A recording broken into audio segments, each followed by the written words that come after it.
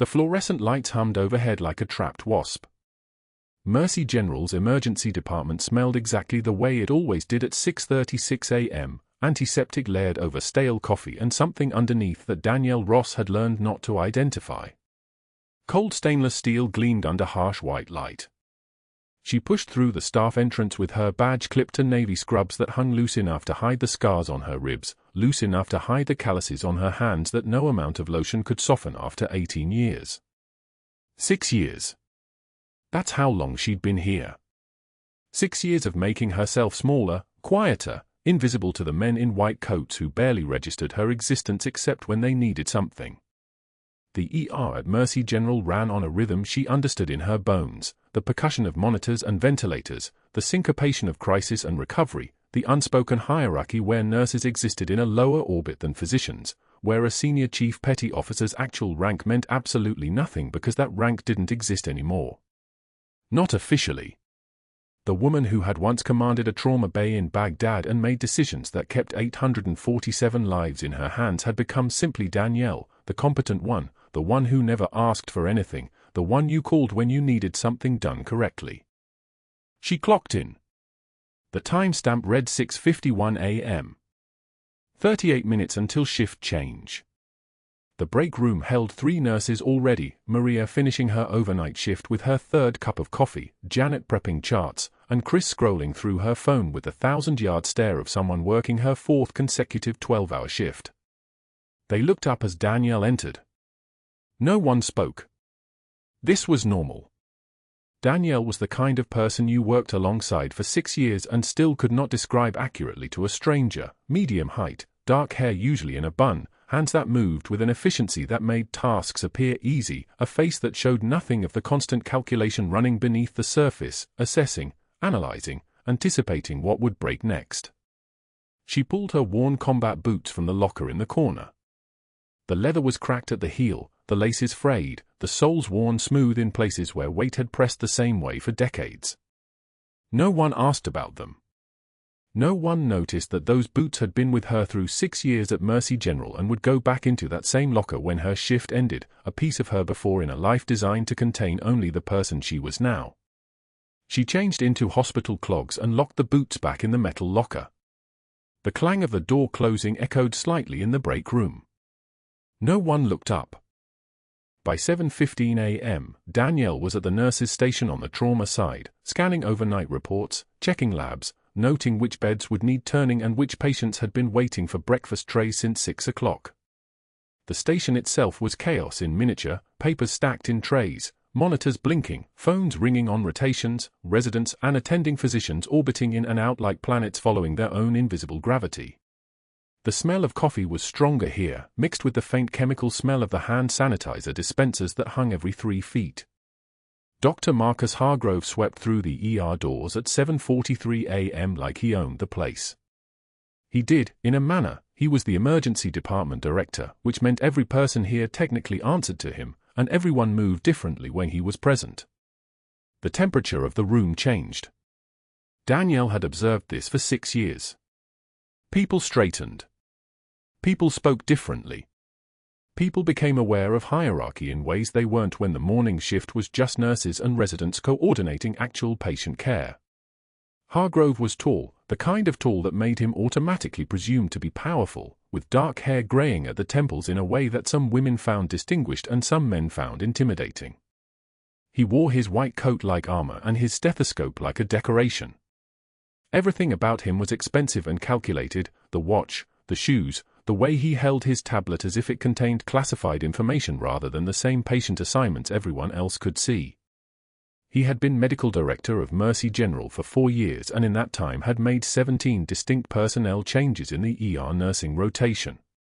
Danielle had noticed. Danielle noticed everything. Pain was information, and so was pattern. He approached the nurses' station where Danielle was reviewing a post-op cardiac patient's labs.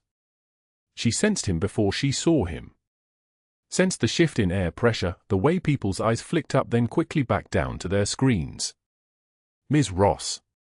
He said her name the way a person might say the name of a tool they were about to use and then put away. Not unkind. Precisely calibrated to be dismissive. She turned. "Good morning, Doctor." "The charts from the night shift. They're a disaster. All of them. I need them organized by case number, priority status, and flagged for any outstanding labs. Now. Do you understand what I'm asking for?" She could have said yes. She could have said she understood. Instead, she simply nodded and began collecting the papers from the central desk. There were approximately 47 charts. Hargrove watched for perhaps 10 seconds, then turned and deliberately swept his arm across the counter, the movement casual but the result catastrophic. Papers exploded across the floor like a storm had entered the room. Charts scattered across the linoleum. At least 3 fell open, spilling pages. One slid under the medication cart. The room went dead silent. Every single person at the nurse's station had turned to look. Maria's hand froze over her keyboard. Janet's eyes widened slightly. Even the resident updating medication dispensers looked up. Hargrove's voice when he spoke again was loud enough for everyone to hear. "Pick that up, sweetheart. Maybe you'll last longer than the last 3 incompetents I hired. Though I'm not betting on it." Danielle could hear the flutter of pages settling on the tile floor. Could hear her own breathing, measured and steady. Could feel the attention of the entire day shift rotating toward her like a spotlight. This was a test. This was definitely a test. She recognized tests. She had survived worse than tests. She took one breath. In through her nose. Out through her mouth. Then she knelt and began gathering papers, her movements economical, her hand steady. No tremor. No flush of anger coloring her neck. No tears or audible reaction. She simply bent and collected pages as if this was exactly what she had been planning to do anyway, as if the humiliation was entirely incidental to her actual work. Around her, people slowly returned their attention to their screens, though everyone was watching her in their peripheral vision. Everyone was waiting for something. A reaction. A breakdown. A moment of visible hurt. She did not provide one. She gathered 47 scattered charts with the same precision she would have displayed arranging them in a neat stack. One breath at a time. Hands that had held people together now held paper. It was the same skill. Control. Compartmentalization. The knowledge that feelings were a luxury that could be indulged privately but never publicly, never when others were watching, never when weakness could be documented and weaponized. It took 9 minutes to gather and reorganize every single chart. She stacked them by priority status. She flagged outstanding labs. She arranged them exactly as instructed. When she returned them to the counter, organized and pristine, Hargrove glanced at them for seconds, nodded once, and walked away without comment. Maria touched her shoulder as she passed. Just a brief pressure. A single moment of contact that said, "I saw. I know. I'm sorry." Danielle acknowledged it with the smallest nod, a private conversation between 2 people who understood that some things could not be said out loud. She clocked the medication cart at 7:52 a.m. 3 more hours until afternoon shift arrived. 3 more hours of maintaining the carefully constructed life where she was simply good at her job, nothing more, nothing less, a nurse who happened to move with efficiency and clarity, who happened to notice details other people missed, who happened to keep combat boots in her locker and told no one why. But that wasn't the worst part of what Dr. Hargrove had planned. The cafeteria smelled like burnt coffee and industrial cleaner. Danielle carried her tray, salad, water, a single packet of crackers, toward the corner table where she always ate alone. The fluorescent lights above cast everything in that particular shade of hospital white that made food look like it had already been digested once. Dr. Hargrove stood at the beverage station, his $3,200 watch catching the light as he lifted a coffee cup. He saw her. His eyes tracked her like a predator assessing prey. She kept walking. The collision happened at the exact moment she passed his table. His elbow came up, casual and careless, and her tray tilted. The water glass tipped first. Then the salad container. Then everything scattered across the floor in a wet explosion of letters and ceramic that shattered with a sound like small bones breaking. The room didn't go silent. It went something worse. It went still while people watched. Danielle stood motionless, looking at the wreckage at her feet. Her hands were steady. Her breathing even. One measured breath in through her nose, out through her mouth. Clumsy, Hargrove said, turning to the table of residents beside him. 4 of them. 3 men, 1 woman. All watching. See what I mean? This is why they don't last long in critical care. The woman resident laughed. A sharp, brittle sound like ice cracking. Danielle knelt to pick up the larger ceramic pieces. Her movements were precise. Controlled. A single tear formed at the corner of her eye, just one, but she didn't wipe it away. Instead, she looked up at Hargrove, direct eye contact, steady as a surgeon's hand, and said quietly, "I've survived worse than you, doctor." And they had actual power. The resident's laughter stopped. Hargrove's face darkened a shade. He turned away, but his jaw was working. She finished collecting the debris, disposed of it, and left the cafeteria without eating.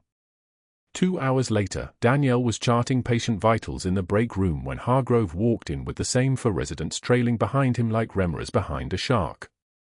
He set his coffee down on the counter with deliberate slowness, making sure everyone heard the ceramic clink against formica. "I've been thinking," he said, not looking at her, "about job security. Retention rates." He turned, and his smile had edges. "I'm putting down a wager. Anyone here care to take it?" The residents exchanged glances.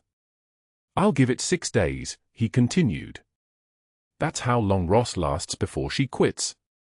She'll realize she's not cut out for this level of medicine. The pressure. The expectations."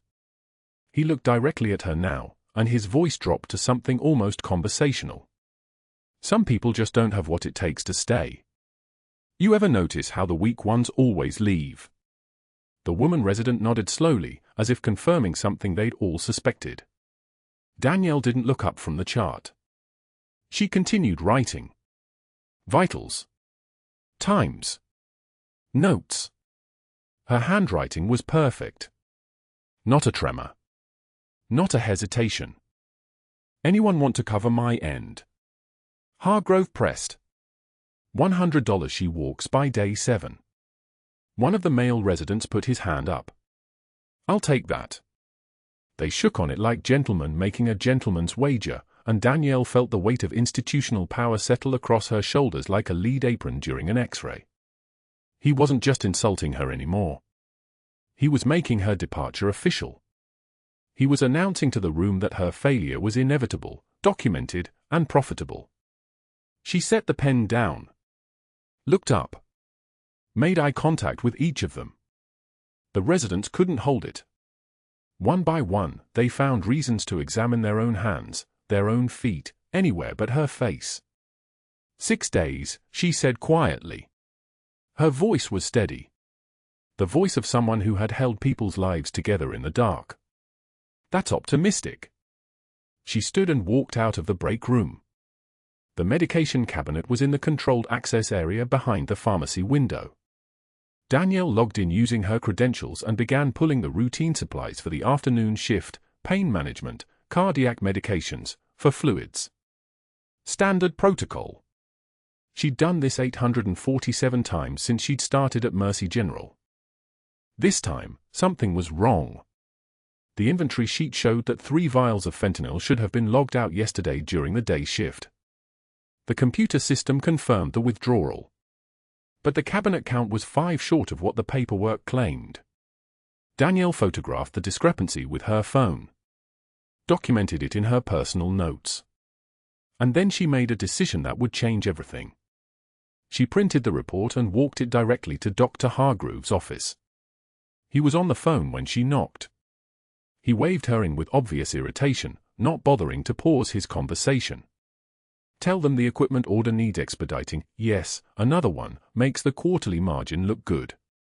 She waited. Didn't sit. Didn't make herself small. Just stood there, the inventory printout in her hand, and waited for him to finish. When he hung up, his entire demeanor shifted. The casual arrogance became something sharper. Something with teeth. "Yes," he said. "The medication count doesn't match the logs from yesterday. 3 vials of fentanyl missing. I thought you'd want to know before it escalates to pharmacy administration." Hargrove's expression went very still. Not angry. Worse. Calculating. He took the paper from her hand, scanned it, and then looked at her with the kind of regard you might give to an insect under a magnifying glass. "You're questioning the day shift's documentation," he said slowly.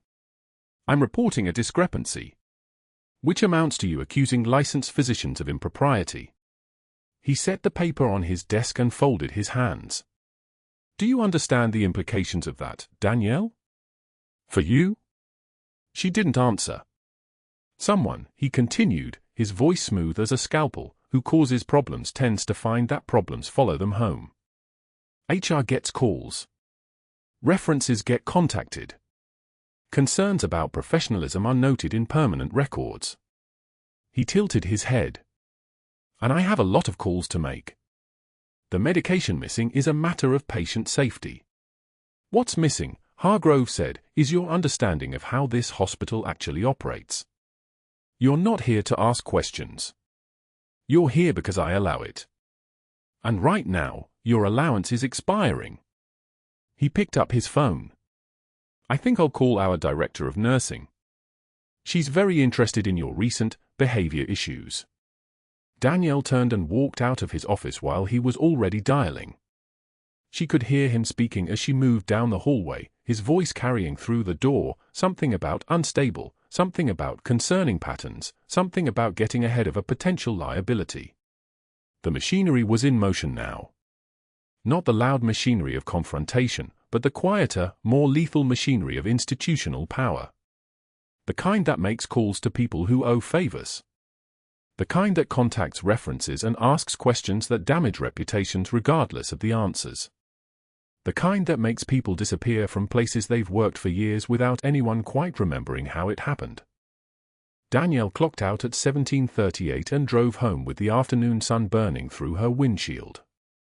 She knew exactly what he was doing. She'd seen the pattern before, just never from the civilian side of it. She'd watched it happen to soldiers who asked the wrong questions. She'd watched it happen to whistleblowers. She'd watched it happen to people who didn't know when to stay quiet. And now it was happening to her. She sat in her car in the hospital parking lot for 3 minutes after the engine died, hands on the steering wheel, breathing slow and controlled. Her combat boots were still in the locker at home, pushed into the back of a closet behind winter coats she'd never wear in Houston. She hadn't looked at them in 14 years. Hadn't let herself. They could stay buried. She'd made that choice a long time ago. But Hargrove was about to make a different choice for her. And that's when the phone rang. An unknown number. No caller ID. Just a 10-digit code she hadn't heard in 14 years, and her entire nervous system responded before her brain caught up, that cold alert clarity that came when something in your field of vision shifted without making a sound. She didn't answer it. But she knew exactly who it was. The intercom crackled at 2:38 p.m. Code Blue, Trauma Bay 4. Danielle was 3 floors up, charting vitals on post-op patients, when she heard it, that specific tone that made her spine straighten without permission. Her hand stilled over the keyboard. Some part of her, the part she'd buried in Baghdad sand and locked behind filing cabinets, already knew. She moved before her conscious mind caught up. Down the stairwell. Not the elevator. Elevators made you wait. Her scrub shoes echoed, 1, 2, 3, 4, against concrete steps. Muscle memory taking over. The same way her body used to move through markets in Fallujah at dawn, reading angles and distances without thinking. The ER bay door swung open ahead of her. The crash team was already assembled, 3 residents, 2 nurses Danielle recognized, the attending surgeon still pulling on his gloves 20 steps behind. The ambulance crew was unloading the stretcher. Sucking chest wound. Left side, entry below the clavicle. Blood dark and arterial. The patient's breathing was labored, each intake a wet rattle that meant one of two things: either his lungs were filling with fluid, or his heart was drowning in its own pericardial sac. Danielle's eyes found his face through the chaos. Commander Hayes. She knew that jawline. Had seen it in photos her son kept on his desk at home, the command team from his last deployment. Knew his voice from a phone call 18 months ago when he'd called to tell her that her boy had distinguished himself under fire. The same man whose unit had come home. The same man her son had mentioned 3 weeks ago at dinner, casual, the way you talk about people you see every day. My company's solid. Really solid. Now he was grey. Lips a colour that meant circulation was failing. Get him to Bay 2, the attending barked. I need 2 large-bore 4s, type O negative, and get me a stat chest X-ray. The team moved. Controlled chaos. Professional. But Danielle saw it in their movements, the hesitation. The way the residents glanced at each other.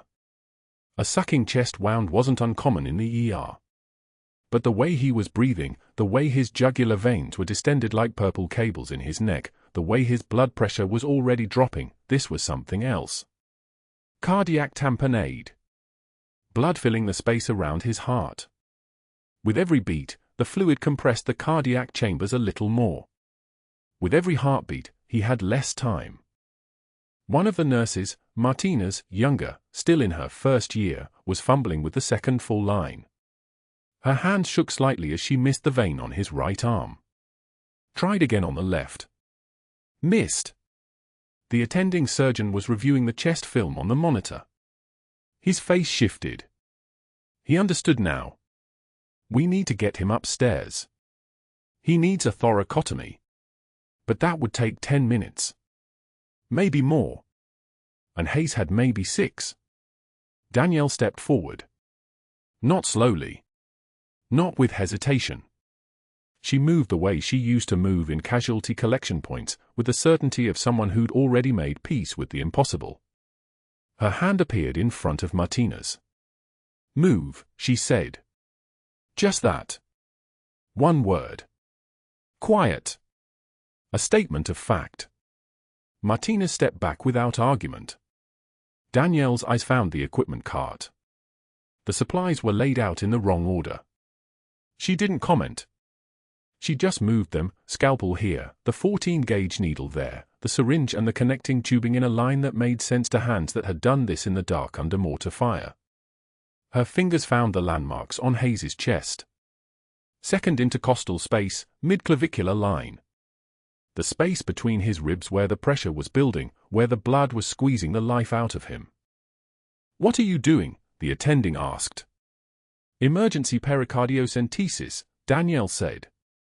Her voice had changed. It dropped an octave. Lost every apology, every hesitation.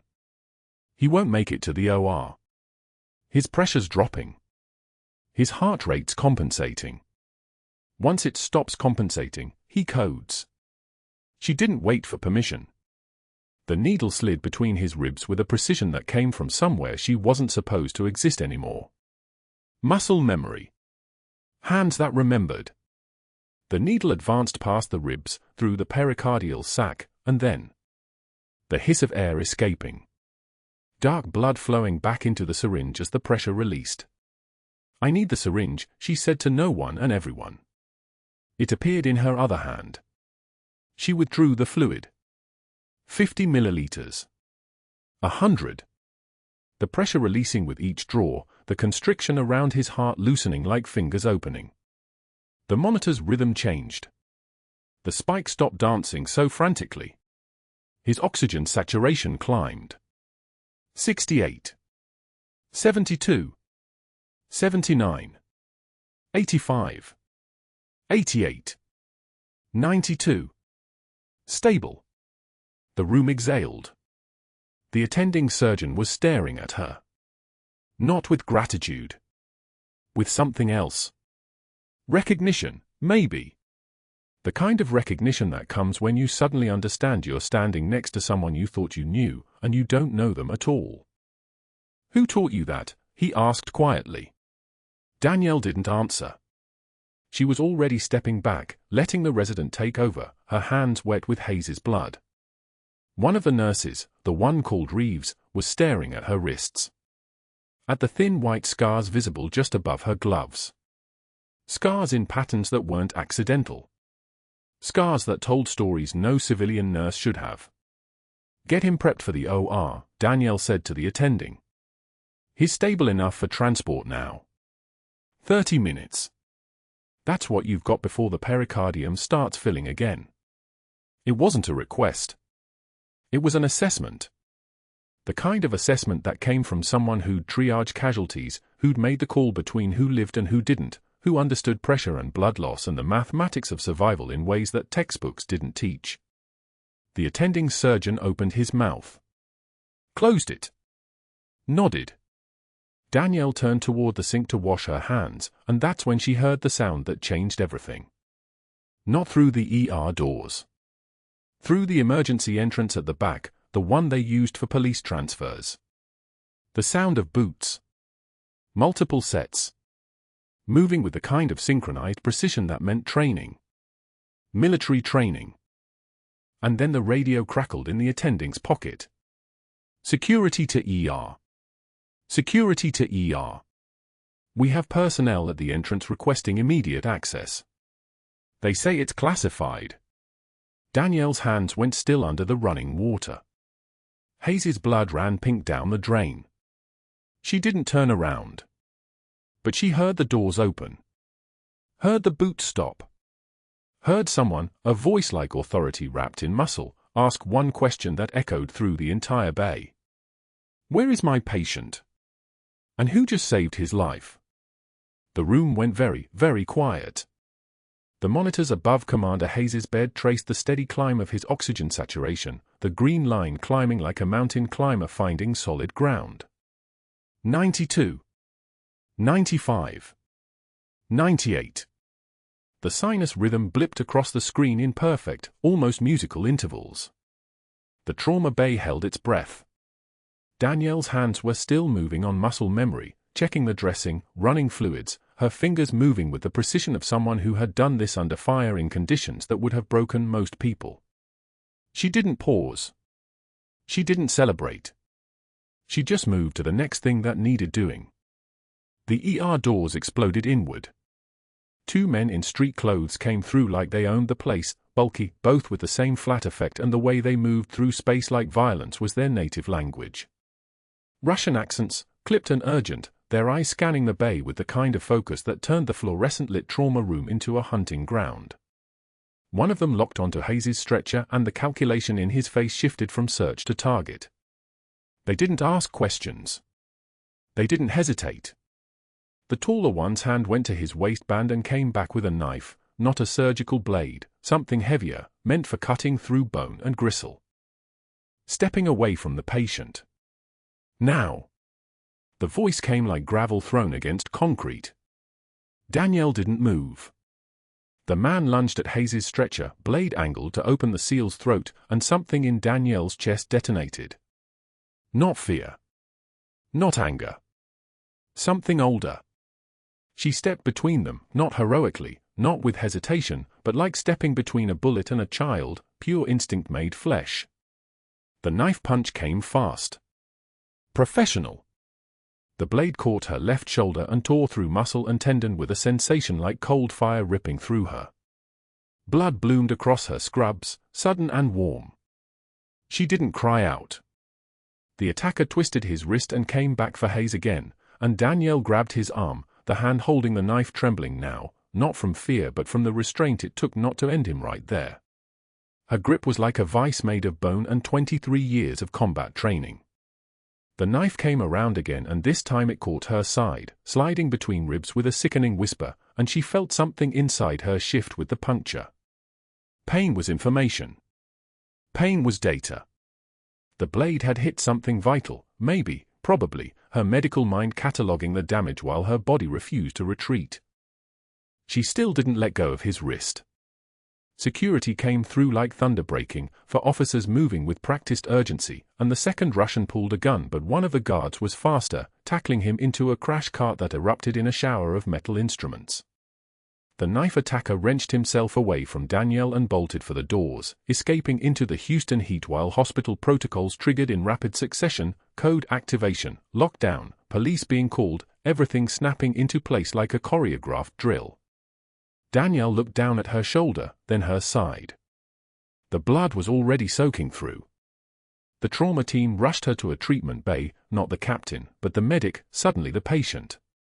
She didn't resist. Didn't make a sound as they cut away her scrubs, as a resident she'd trained 3 months prior started the fall line and called for sutures. The surgical field was being prepped, antiseptic flooding her senses, when she caught sight of Dr. Hargrove standing in the doorway. His face was calculating. She could see it even through the blur of pain. His eyes weren't on her wounds. They were on the possibilities. The chaos. The leverage. He stepped out of the bay and within 90 seconds he was on his phone, his voice carrying that particular register of false concern that made her skin crawl. "Yes, Dr. Brennan, I need to flag a concerning pattern of behavior." He was in the hallway, speaking low so only the nurses nearby could hear, or so he believed. "This employee, Danielle Ross, RN, she's been making increasingly erratic decisions. The incident today was reckless. Putting herself between a combative patient and security? That's not protocol. That's not training. That's unstable judgment." His voice dropped lower.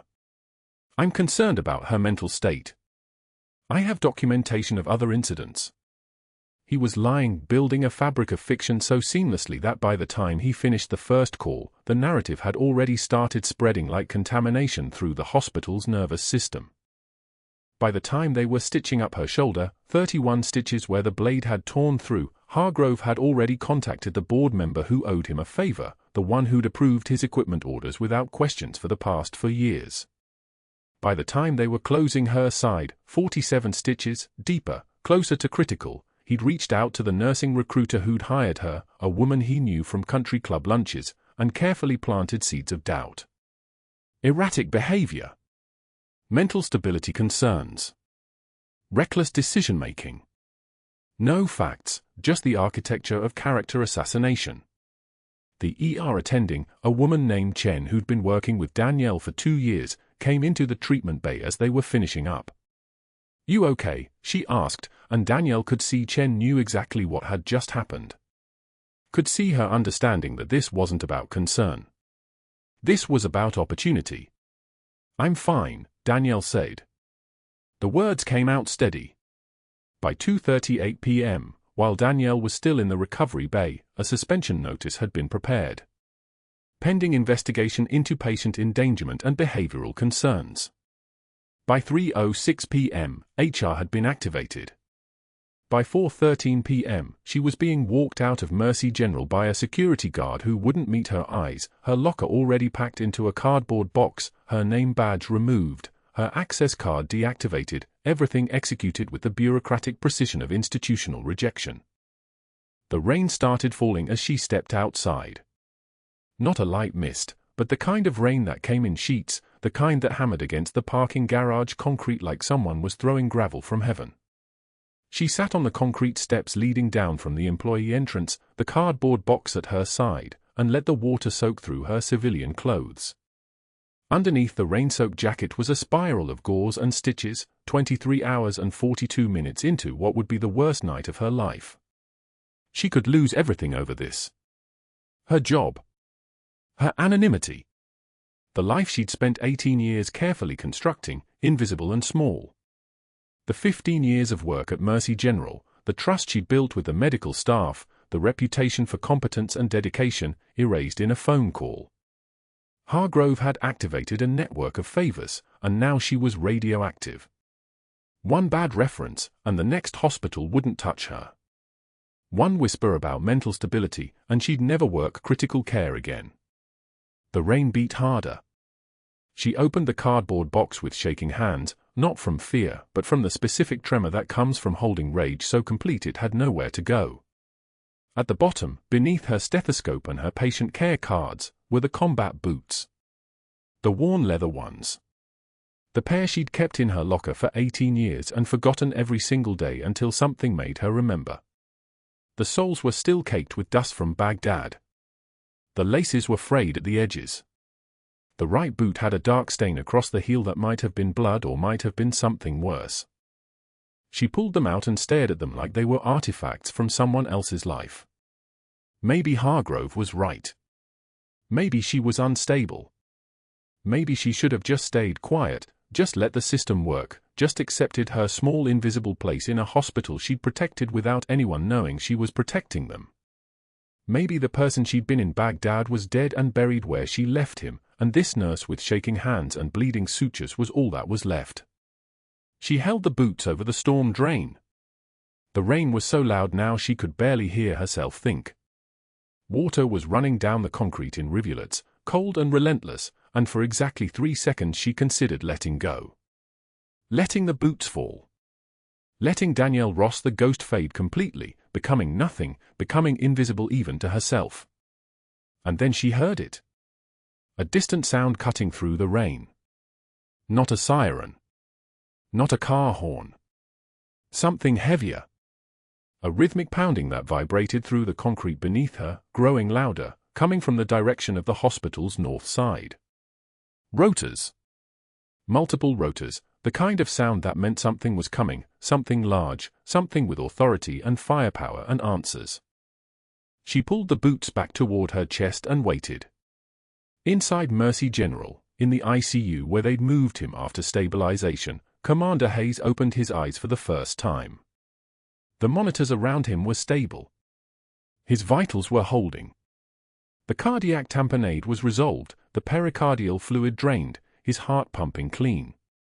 A nurse was checking his pupils when his hand shot out and gripped her wrist with the strength of someone who'd been trained to prioritize even at the edges of consciousness. "The nurse," he said, his voice a whisper, hoarse from intubation. "The one who saved me. Where is she?" The nurse glanced at the monitor, uncomfortable. "She was injured in the attack. She's been. I need her. Get her. Now. Tell her." He paused, his eyes focusing on something only he could see. "Tell her Phantom needs her. Tell her Senior Chief Ross is awake and asking for her. Tell her Angel 6 is calling." 30 seconds later, one of those calls made it to the ER charge nurse. One of those calls made it to hospital administration. One of those calls made it to a secure line operated by people whose job it was to pay attention to code words spoken in American hospitals by Navy SEALs recovering from classified operations. The rotor blades shook the windows on the entire north side of Mercy General just as the rain reached its crescendo. Danielle sat on the concrete steps, drenched, the combat boots in her lap like artifacts of resurrection, and felt something in her blood recognize the sound. Not hope. That was too clean a word. Something older. Something that had been asleep for 18 years and was waking up now. She didn't know yet. But she was about to find out. 2 days. That's how long the silence lasted. Danielle sat at the kitchen table in her small Houston house, the same table where she'd eaten breakfast before every shift for 7 years, where she'd helped her son with homework and graded his test papers and pretended everything was normal. The coffee in front of her had gone cold an hour ago. It formed a skin on top, brown and papery, like something dead. The pair of combat boots sat on the floor beside her chair. Worn leather creased at the ankles from 1,000 patrols. Laces still tied from the last time she'd worn them in Baghdad, 2009. She'd pulled them from the bottom of her bedroom closet when she got home from the hospital, bandaged and bleeding through fresh gauze, walking like her ribs might separate if she breathed too deep. 7 stitches in her shoulder. 12 in her side. The attending had wanted to keep her overnight. She'd signed the discharge forms with her left hand because her right arm wouldn't cooperate and told them she had somewhere to be. She didn't. She had nowhere left to be. The hospital had made that clear in a 3-sentence email sent from HR at 11:38 p.m. while she was still in recovery. Effective immediately. Suspension pending investigation. Mental fitness evaluation required. The boots blurred. Her vision had gone soft, unfocused, the way it used to in Baghdad when she'd lose too much blood. She pressed her palms against her eyes and forced herself to breathe the way the Navy had trained her, 6 counts in, hold for 4, 8 counts out. It didn't help. The trembling started anyway, deep in her chest, working its way outward until her hands shook against her face. She heard the front door open before she heard the keys in the lock. Her son's footsteps on the tile floor of the entry hall. The rustle of his uniform dress blues, which meant he'd come straight from base. He appeared in the kitchen doorway wearing senior chief's insignia on his sleeves, his posture still that ramrod Navy straight that came from too many inspections, too many officers screaming in his face. He was 24 years old. She had given birth to him on a military base in San Diego and never told him the truth about where he came from. His face went blank for exactly 1 second when he saw her sitting there. Hands over her face. Shoulders curved inward like she was trying to collapse into herself. Then his combat training kicked in and he moved into the room the way a corpsman moves toward a casualty, careful, alert, reading for shock. "Mom, why are you home?" His voice carried the precision of someone who'd learned to give orders to men older than him. "It's 1,400 hours. You don't get off shift until 2,200. She couldn't find the words to answer. The words were still locked somewhere deep in the part of her that had learned to live with classified secrets and official denials and the kind of quiet that comes from having been erased. She'd spent so long burying the senior chief that she'd forgotten how to speak as her. "Mom." He crossed the kitchen and crouched down in front of her chair, bringing his eyes level with hers. That's where he learned it, that technique. From watching her do the same thing to frightened patients in hospital gowns, to scared young soldiers with shrapnel in their legs. What happened? She opened her mouth. Nothing came out. Then the sound hit, distant but unmistakable. The rhythmic thud of rotor blades cutting through the Houston afternoon. Blades that didn't sound like civilian helicopters. Blades that sounded like military surplus. Her son's eyes widened. He stood up fast, his posture changing, that Navy bearing intensifying into something sharper. It's that he didn't finish the sentence because the sound was already growing louder. Danielle stood on an involuntary reflex, her body recognizing the signature before her mind did. UH-60M Black Hawk. 160th Special Operations Aviation Regiment. The footprint of rotor wash began shaking the kitchen windows. Dishes rattled in the cabinet. "Stay here," her son said, but he was already moving toward the front door. They didn't go to the front. The helicopter descended toward Mercy General Hospital, 2 miles west, rotors screaming against the Houston heat. Danielle made it to the front porch just as the medical center's rooftop landing zone illuminated with emergency lighting. She could see the hospital from her house if she turned her head at the right angle. Could see the ER entrance where she'd worked for 7 years without anyone asking who she really was. The convoy arrived 16 minutes later. 3 hums in tactical formation. For motorcycle outriders. They pulled through the ER entrance and the doors burst open with the kind of coordinated precision that only happened when SEALs were moving under orders. A commander emerged first, tall, graying at the temples, with the kind of weathered face that belonged to someone who'd served 2 decades in salt spray and desert sun. His uniform bore the insignia of SEAL Team 3, Charlie Platoon Leadership. Behind him, 2 FBI agents in suits that looked expensive and wholly inappropriate for Texas heat. The commander walked into the waiting room and his voice carried like an artillery strike. "I'm looking for a nurse. Senior Chief Petty Officer Designation, call sign Phantom. Where is she?" The room went perfectly still. Receptionists froze over their keyboards. Families waiting in the blue chairs lifted their heads like prey animals catching a predator's scent. A doctor at the far end of the waiting area, not Hargrove, someone younger, someone who'd worked the night shift when Danielle had saved Hayes' life, turned pale. He pointed toward the back without saying a word. The commander didn't go to the back. Instead, he opened a folder. The kind of folder that had red classified stamps across the cover and signatures from people whose names were redacted with black marker. He unfolded a photograph and held it up for the waiting room to see. Danielle's own face stared back at her, 20 years younger, in desert camouflage, standing in front of a dust-covered military medical tent with coordinates printed across the bottom. This woman saved 47 American service members in Baghdad between 2007 and 2009. 18 of those operations were classified. One of those operations resulted in the extraction of an American asset from a terrorist-controlled compound. That operation was so sensitive that the entire unit was dissolved, all records were sealed, and every participant was instructed to cease identifying as military personnel. He looked directly at the SEAL team leader beside him. Her rank is Senior Chief Petty Officer, United States Navy.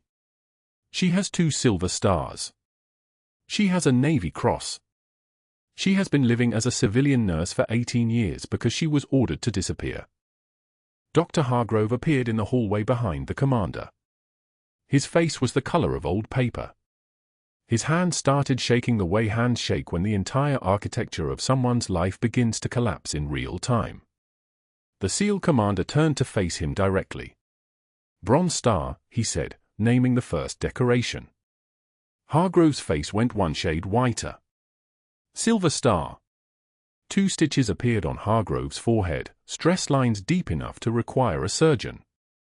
"Navy Cross." The commander's voice dropped lower, the kind of voice that belonged to someone who'd watched that award get pinned to someone's chest in a classified ceremony that never officially happened. Hargrove's jaw clenched. His hands became fists. Then the FBI agent stepped forward, his badge catching the fluorescent lights, and opened another folder. "Dr. Marcus Hargrove, we have identified your name on 427 falsified equipment purchase orders spanning 18 months. The hospital received kickback payments totaling $847,000 to accounts in the Cayman Islands. We also have documented evidence that you deliberately obstructed nursing staff from accessing critical equipment during a patient emergency." The agent's voice was the kind of calm that preceded arrests. "You're under investigation for patient endangerment and federal healthcare fraud. You need to contact an attorney." Hargrove's head whipped toward the young doctor who'd pointed toward the back. His face twisted into something that didn't look human anymore. He spat. "You're working with them?" "You." The second FBI agent stepped forward, her badge flashing. "Dr. Hargrove, do not finish that sentence." It was the young doctor who finally spoke, his voice steady in a way that only came from having already decided he could live with the consequences. "Sir, I need to tell you what I found. 3 hours ago I was examining the security footage you requested deleted, the footage from the code blue on Commander Hayes. Our IT director, he's a Marine veteran, he saved every frame you tried to erase." The young doctor's hands weren't shaking. His voice wasn't shaking. "You can see you, sir. You can see you standing at the crash cart station. You can see you moving it 3 feet to the left. You can see Commander Hayes' cardiac monitor showing a flat line, and you, sir, standing between the nursing staff and the equipment they needed to save his life." The silence lasted exactly 3 seconds. Then security appeared. Not hospital security. These were different uniforms. These were military police, moving with the coordinated precision of men who'd trained for extractions. Hargrove tried to back away. One of the MPs caught his arm. "Marcus Hargrove, you're in custody pending federal charges related to healthcare fraud and patient endangerment under the Federal False Claims Act." The MP's voice was procedural, professional, devoid of emotion. "You have the right to remain silent." Hargrove lunged. Not at the MPs. Not at the young doctor. At the SEAL commander, his hands reaching, his face contorted into something feral and desperate. He was screaming something, words that came out as spit and rage, about conspiracies and setup and lies. His arm came up toward the commander's face and the second MP moved with reflex speed, intercepting the limb, spinning Hargrove to the ground, his face pressed against the tile floor of the waiting room where Danielle had stood 100 times and listened to him demean her, where he'd announced his bets and his cruelty and his certainty that she would break. The handcuffs clicked. Hargrove's screams echoed off the hospital walls. Other staff members turned away. Nurses looked at the ground. Receptionists suddenly became very interested in their computer screens. No one wanted to watch a man they'd worked with, a man who'd signed their paychecks, get hauled away by federal agents on a Tuesday afternoon. The SEAL commander didn't watch either. He turned toward the hallway, toward the surgical recovery wing where Commander Hayes lay in a private room, and gestured for the young doctor to follow. The waiting room emptied of law enforcement within 4 minutes. The only sign they'd been there was Hargrove's abandoned name badge on the floor and the mark on the tile where his head had hit. 23 days later, Danielle stood in the underground auditorium of the Pentagon, wearing dress blues for the first time in 18 years. The uniform fit perfectly. The tailors had measured her 6 months earlier, before the suspension, before the fall, when she was still just a ghost walking through a civilian life. Her son stood beside her in his own dress uniform, and between them on a folding table sat the pair of worn combat boots, the laces still tied from 2009, the only piece of her old life she'd allowed herself to keep. A 4-star general approached. The room had fallen silent the moment the ceremony began, no chatter, no phones, no fluorescent hum. Just the sound of dress shoes on tile and the general's breathing. The general didn't make a speech. He simply opened a leather box and removed a silver star. The medal hung from a ribbon the color of blood and cream. He pinned it to Danielle's dress blues over her left chest pocket, right where it belonged, where it had always belonged. Her son's eyes had gone wet. He was trying not to cry, a SEAL trying not to lose composure in front of his commanding officer and his mother and 40 federal officials who'd come to witness the reckoning. The general stepped back. Saluted. His fist came to his chest in the gesture that meant respect, meant recognition, meant that finally, after 18 years of silence, someone was saying her name out loud. "Senior Chief," he said. "Welcome home." 6 months after that ceremony, someone spotted Dr. Marcus Hargrove at a strip mall in the southern suburb of Pearland. He was working at a phone kiosk, selling discounted wireless plans and cut-rate insurance policies from a folding table outside a cell phone store. His name tag read, Steve. When customers asked if he was a doctor, he flinched. When they addressed him as Sir, he looked away. His hands shook when he processed payments. Danielle went back to Mercy General, but not to the ER nursing station. The hospital board had offered her the director of trauma position. She declined it. Instead, she came back in scrubs, checking vitals on cardiac patients, explaining procedures to frightened families, working the same 12-hour shifts she'd always worked. The difference was that now the doctors asked her opinion. Now residents requested her as a preceptor. Now when a patient came in critical, the entire medical team's eyes moved toward her like she was the North Star they'd all been lost without. Her son still called her Mom, but he called her Senior Chief when they were around other Navy personnel. He'd made lieutenant, and his path had changed the moment he understood where his composure came from, where his steady hands came from, where his refusal to break under pressure had originated. Some secrets, Danielle understood now, weren't meant to stay buried forever. Some truths were meant to surface, even if they took 18 years and 2 stab wounds and a federal investigation to bring them into the light. The trembling wasn't fear. It was restraint. The fear of what she might have lost by staying silent. The restraint it took to choose scrubs over rank, service over recognition, healing over the satisfaction of revenge. Scars tell stories. The ones on her shoulder and her side told the story of a woman who'd stepped between a patient and a knife. The ones on her soul told the story of a woman who'd learned that the quietest warriors are sometimes the most dangerous, not because they're waiting for recognition, but because they've already decided that helping others matters more than being seen. The barista at the coffee shop near the hospital wrote her number on Danielle's cup one Tuesday morning. 3 digits followed by a smiley face. Danielle almost smiled. If you're still watching, hit that like button. And I want to know, would you have saved the man who fired you, or walked away? Drop your answer in the comments.